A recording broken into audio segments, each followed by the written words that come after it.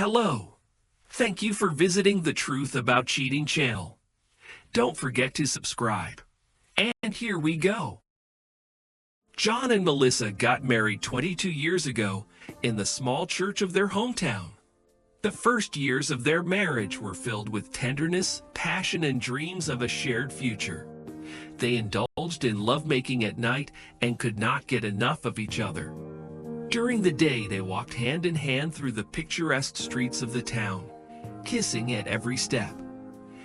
After a couple of years, their daughter Emily was born, and all their time and energy went into raising her.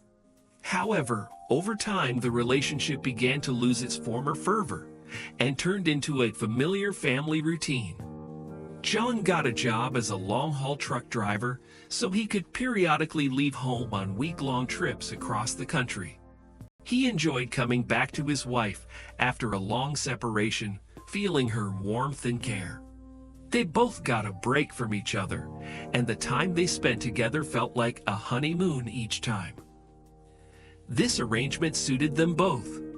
Melissa opened her own small but cozy and popular beauty salon, gradually gaining a reputation among local fashionistas and beauties. Their daughter Emily grew up and left to get a prestigious degree in interior design at a university in a neighboring state. John and Melissa were proud of her determination and diligence. However, during John's last visit home, Melissa found that her husband's presence caused irritation and tension. She began to be annoyed by absolutely everything about him. The way he drank coffee in the mornings, his habit of watching the evening news, his snoring at night. She looked forward to the end of his vacation, dreaming of finally being alone. 2 days later, John was about to go on a long haul across several states. Without much regret, Melissa saw her husband off, waving goodbye to him. Inside, she was glad that she had been left alone in their cozy house on the outskirts for a whole 3 weeks. The joy of living alone for herself consumed her more and more with each passing day. The first week, Melissa devoted entirely to herself. She slept late in the huge bed, read books by nightlight, did manicures, had lunch alone at her favorite restaurants. She definitely enjoyed the lack of everyday responsibilities and the ability to live only for her own pleasure. However, by the middle of John's trip, she began to feel some boredom and longing in anticipation of his return. On one of the first warm April days, Melissa decided to take a walk around the town square near the house, but a freezing, piercing wind suddenly picked up outside. Chilled, she ducked into a cozy cafe on the corner to warm up with a fragrant cappuccino. The waiter approached her after a couple of seconds, greeted her warmly, and handed Melissa the menu. She recognized this young, tall, and handsome man. He was the son of her old friend. His name was Aaron. Melissa remembered him since childhood, when he was a mischievous boy. Now, before her stood a real handsome man. They talked with pleasure for some time, remembering common friends and acquaintances. Later, she placed an order and continued to admire Aaron, who served customers professionally and gallantly. Melissa couldn't help but admire his broad shoulders, confident movements, and charming smile.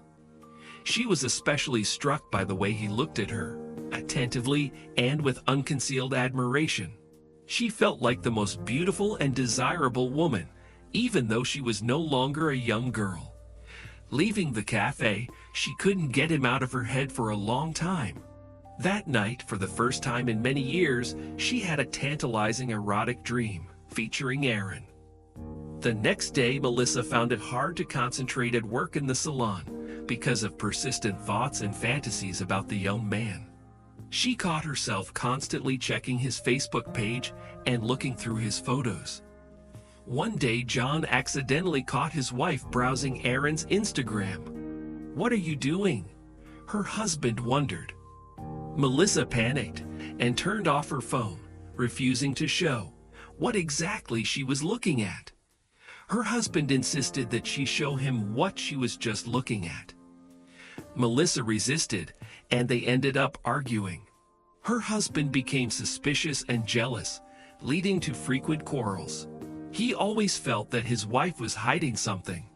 Even on the last trip, John left without saying goodbye properly to his wife. A few days after John left, Aaron wrote to Melissa on Facebook. He confessed that since that meeting he couldn't stop thinking about her and wanted to see her again. She thought that if they were both thinking about each other, then it was fate. Melissa happily suggested meeting at a cozy Italian restaurant on the waterfront.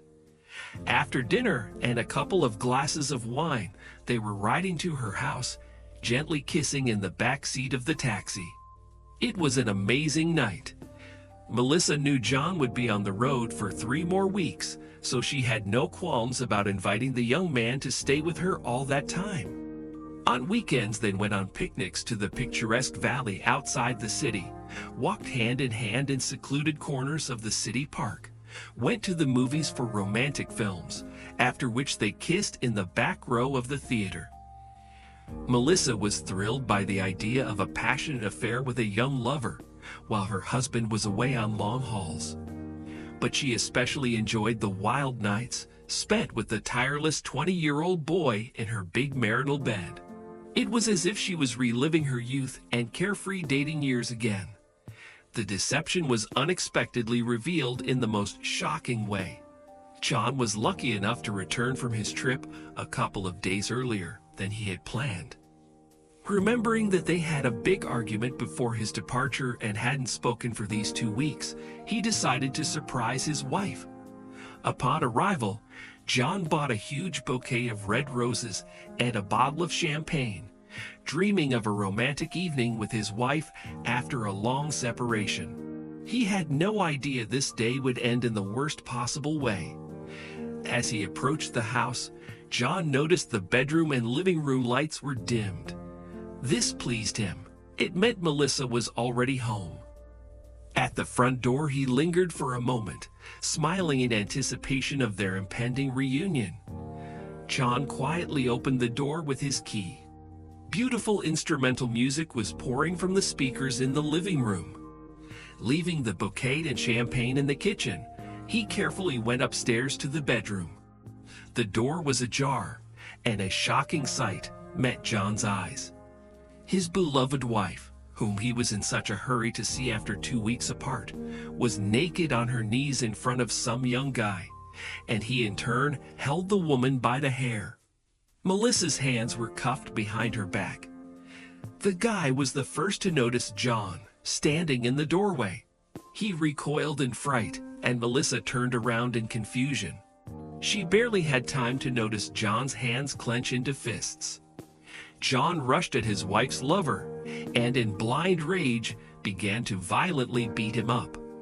With handcuffs on her wrists, Melissa could do nothing. She couldn't help him in any way. All she could do was scream and cry helplessly, begging her husband to stop the beating. Finally, breathing heavily, John broke away from the bloodied young man. His hands were still clenched as he looked into his wife's eyes. His gaze conveyed contempt and a desire to tear her to pieces. Melissa backed against the wall. "I'll explain everything," she tried to say, but her husband refused to listen. He crossed the distance to her in one stride and punched the wall next to his wife's face with all his might. At that moment, fear gripped her inside, and mentally she was already saying goodbye to life. But John could not afford to lose his composure. He didn't want grave consequences. "Get the hell out of here now," he growled. He pushed the naked lovers out the door despite their protests. John was so angry, he didn't even want to think about what would happen to them outside in that shocking state. He didn't know or want to know what happened to those two after that. The next day, John went to the marriage registration office with a divorce petition, and in the evening he got drunk at a bar until he lost consciousness. Waking up the next morning with a terrible hangover, he realized his life was completely ruined, and he had to start all over again at 45. It was unbearably difficult and painful. He saw Melissa a few times when dissolving the marriage and dividing up property. She begged for forgiveness, cried and begged him to keep the family together for the sake of their shared past and their daughter. But John was adamant. Later, John learned that his ex-wife did move in with that young lover, despite the protests of his mother and general condemnation from friends and acquaintances. Although he told his daughter that he wished them happiness, deep down he still despised them both. He realized their union wouldn't last long. Their relationship was doomed because of the age and life experience difference. After some time, the guy would find a younger girl and his ex-wife would be left all alone. John decided not to look back and move on, starting a new life.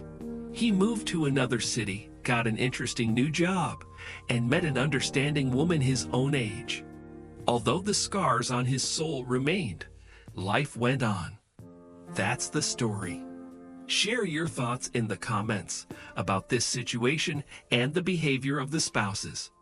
Don't forget to subscribe to the channel and be sure to like this video. It will greatly help promote the channel. Take care and have a wonderful day.